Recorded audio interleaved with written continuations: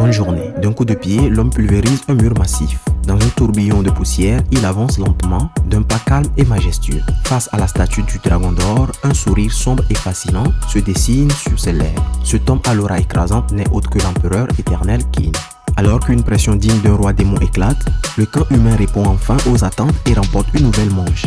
Après le combat, la Valkyrie quitte les lieux avec un sourire forcé, mais ses blessures sont trop graves. Elle s'effondre brutalement. Tous se précipitent pour la conduire en urgence. Dans cette guerre entre Dieu et humain, son sacrifice ne doit pas être vain. À cette pensée, God ne peut réprimer sa panique. Pendant ce temps, Odin, souverain des dieux nordiques, se rend auprès des forces des enfers.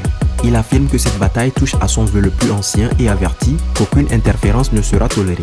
Mais le roi des morts reste impassible, rendant la situation encore plus mystérieuse. Le score atteint alors 3-2. Zeus, roi des dieux, fou de rage, jure que la prochaine victoire devra être obtenue, quel qu'en soit le prix.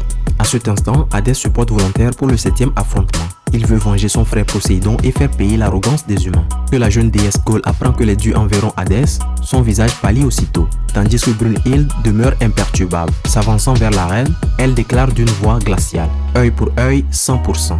Le seul capable d'affronter le roi des enfers est l'empereur éternel Qin. Ainsi s'ouvre officiellement le 7e round du combat entre dieu et humain. Hadès, roi des enfers, contre Qin, empereur des siècles. Qui sortira vainqueur? Restons aux premières loges pour le découvrir.